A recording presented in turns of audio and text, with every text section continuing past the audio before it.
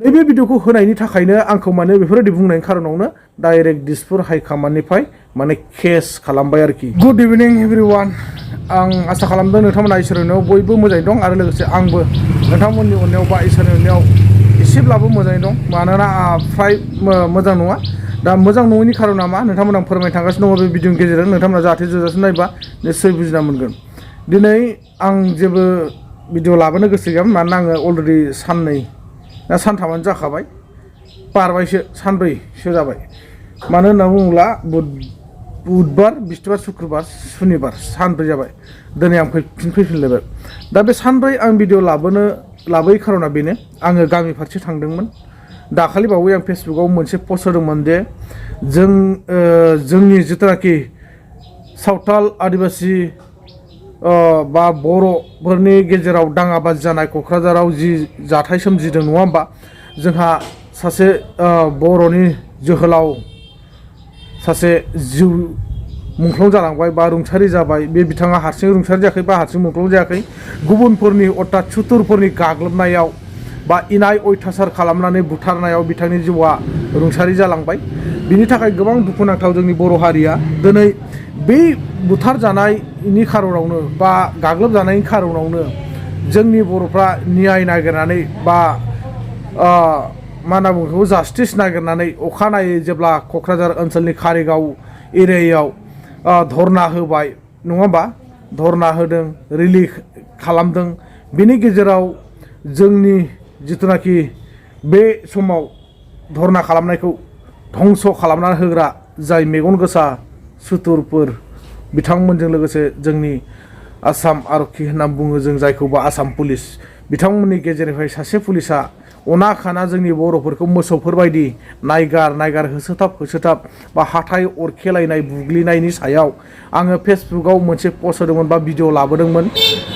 बिथाङा जोंनि बर'खौल' मारैहाय एथ'ग्राब होसो मोसौ बायदि बुनो मोनखो गोदोनिफ्रायनो बुजानांगौ नामा बा दानिफ्राय दासिमबो जिथु जों सान्थि सुक्ति बा सान्थि एकर्ड जाखांनायनि उनावबो बेफोरबायदि बुजाबावनांगौ नामा।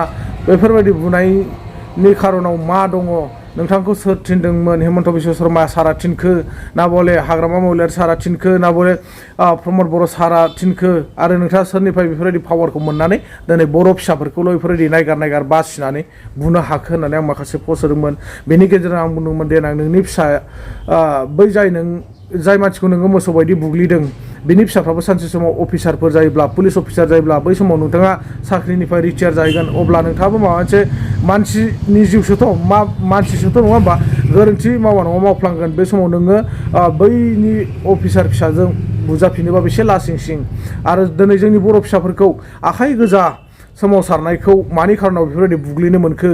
नाथाय बै सुथुरफ्रा जे आखाइयाव बोरला थिर लानानै बिथांमोनहा दावहा नांनो थाखाय रेडि जादोंमोन बा दावहा नांनो थाखाय जुजिदोंमोन।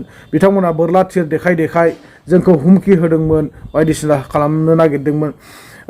दा न' सावनायाथ' जेनेबा बर'आबो सावबाय बिथांमोनाबो सावबाय नङा होमबा बेफोरबायदि जाबाय। दा नैबे भिडिअखौ होनायनि थाखायनो आंखौ माने बेफोरबायदि बुंनायनि खारनावनो डाइरेक्ट दिसपुर हाइकामान्डनिफ्राय माने केस खालामबाय आरोखि। दा नायनोसै उनाव मा जायो। नाथाय दाथ' जिथुनाखि लकेल थानायाव सहैबाय नालाय लेखाया लकेल थानायाव सहैनायनि खारनाव आं थांनांबाय। थांनायनि उनाव बेबायदिनो रायलाय होनलाय जिथुनाखि सिनायनाय गोजामोन पुलिसफ्रा दा बर्थमान आंनि बै जिथुनाखि आं पस्ट हगारनाय भिडिअ बे भिडिअफोरखौ साफा दानहोजोब्बाय आरोखि। दानहोजोबनानै मानो होनबा बिसोरो आसुरित जादों जे हरसेयावनो 2.5 लाख 3 लाख भिउस फैबाय आरो गोबांथार नुबावगोन बे भिडिअखौ बेखायनो दानहोनांगौ। दा बेजों लोगोसे बे भिडिअखौ दानहोआ आरो जोंनि बर' फिसाफ्रा थफ्ला थफ्लि लानानै जे जिथुनाखि खारनो गोनां जादोंमोन आवदां बाजार ना मा होनो बिथिंनि बर' आइजोफ्रा नङा होमबा नैबेखौबो दानहोफाबाय आरोखि। आंथ' बेवहाय जेबोआनो बुङाखै जे सांग्रां जा हुसियार थादो जेरावखि थाया जोंनि बर' फिसाफ्रा खौसेयै ज' थालायलायदो जाहाथे मोनानि समफ्राव डिउटि होलायलायबानो जाबाय पेट्रलिं होलायलायबानो जाबाय बेफोरबायदि बुंदोंमोन आरोखि। आं नैबेखौबो दानहोबाय आरोखि। दा माथो खालामनो जुदि जोंनि मेगन गोसा सुथुरफ्रा जोंखौ बेफोरबायदिनोखा दिनै जोंनि बर'फोरखौ एसेयावनो एसे दाय नागिरखायो गोदोनिफ्रायनो जों खालामजाबोखाबाय आरो इयुनावबो जों बेफोरबायदिनो बर' हारिया जुदि खौसेथि गैयाब्ला जों बेफोरबायदि खालामजाबाय थागोन बे निस्सय जों नुहुरनानै दंखायो। दिनै आंनि दुखुनि समाव नाथाय रावबो आंनि जानानै बाथ्रा बुंग्रा बा माग्रा रावबो गैया जानानै फैदों। बेखायनो आं सानदों दिनै फेसबुकाव फेसबुकआनो जा इउटुबावनो जा आं बैफोरबायदि दावराव दावसिनि गेजेराव हाबसोबनानै भिडिअ खालामला खोमा होननानैसो आं सानदों आरो जुदि रायजो राजानि बा नोंथांमोननि अननाय मोनाब्ला बा मदद मोनाब्ला माबोरैथो भिडिअ खालामनो हागोन नङा होमबा मानोना नोंथांमोननि हेल्प नांगौ जायो नोंथांमोनाबो किसुमान ओरैबायदि दङ जे जों बैफोरबायदिनि थाखाय भिडिअ बानायनायाव नोंथांमोना हिट होनानै हरग्रा दङ खालाम फंबाय खालाम जों दं नाथाय जेब्ला जोङो जाथाया जागोन अब्ला जोंनिजों जानानै रावबो फंसे बाथ्रा बुंग्रा गैया आरो आं दाख्लैनो भिडिअ पस्ट खालामफिनदोंमोन फुङावनो जे आंहा बेफोरबायदि बिदि जाबाय बेफोरबायदि बाथ्रा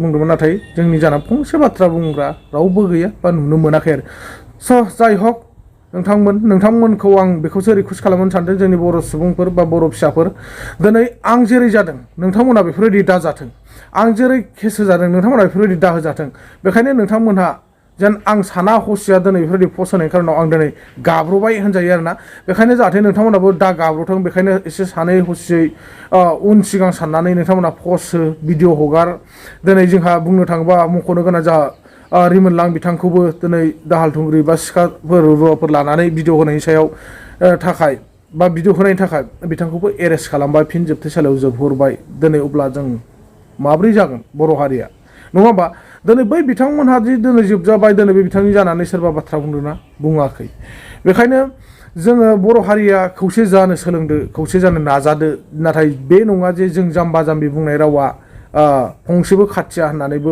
रावबो बुंनो हाया जों जाम्बा जाम्बिनिफ्रायबो फंसे फंनै जानायखौ लादो जायखौ गारदो बा नोंथांमोनहासो मिथिसिगौ माबोरै खालामो नोंथांमोना गोसो गोरबोजों सेलेक्ट खालामनानै लाबानो जाबाय आंहा आरो बुंनो थाखाय खुगायाव जेबो राव गैया नोंथांमोनानो साननो हनो हानाय गियान बोलो गोहो दंखाजोबो दा नोंथांमोनहा मा सानदों निस्सय कमेन्ट सेक्सनाव फरायहरदो आं खिन्थु जोबोद दुखुआव दं दा बर्थमान जोबोद टेनसनाव आरोना दिनै आंनि थाखायल' नङा आं गुबुन जोंनि बै बर' फिसाफोरनि थाखाय दिनै रिलिफ जानानै थानो गोनां जादों उन्दै उन्दै गथ'फ्रा एग्जाम सोलिगासिनो दं दिनै गथ'फ्रा फरायनो मोनाखै गोजोन सुक्ति जाखांनायनि उनावबो सान्थि महरै बिथांमोना दासिमबो फरायनो मोनाखै दिनै बिथांमोनहा रिलिफ थानाय जायगायाव लाइट गैया मा गैया दिनै बिथांमोना खस्थ' मस्थ' मोनजाया मोनलोङा दिनै बिराद दुखु जारलानि गेजेराव गोग्लैसोनानै दं मा खालामनो आखायावबो रां रुफा गरसे गैया जायगा थांनोबो हाया नायहैनोबो हाया माथो खालामबावनो आरो बिनि थाखाय आं इसोरनाव निमाहा बिनायजों लोगोसे नोंथांमोननाव रायजो राजानाव बयनावबो आं निमाहा बिखायो आरो स' थेंक इउ नेक्स्ट भिडिअ लोगो मोनसे आं बारा गोलाव खोथा बुंनो गोसो गैलियामोन।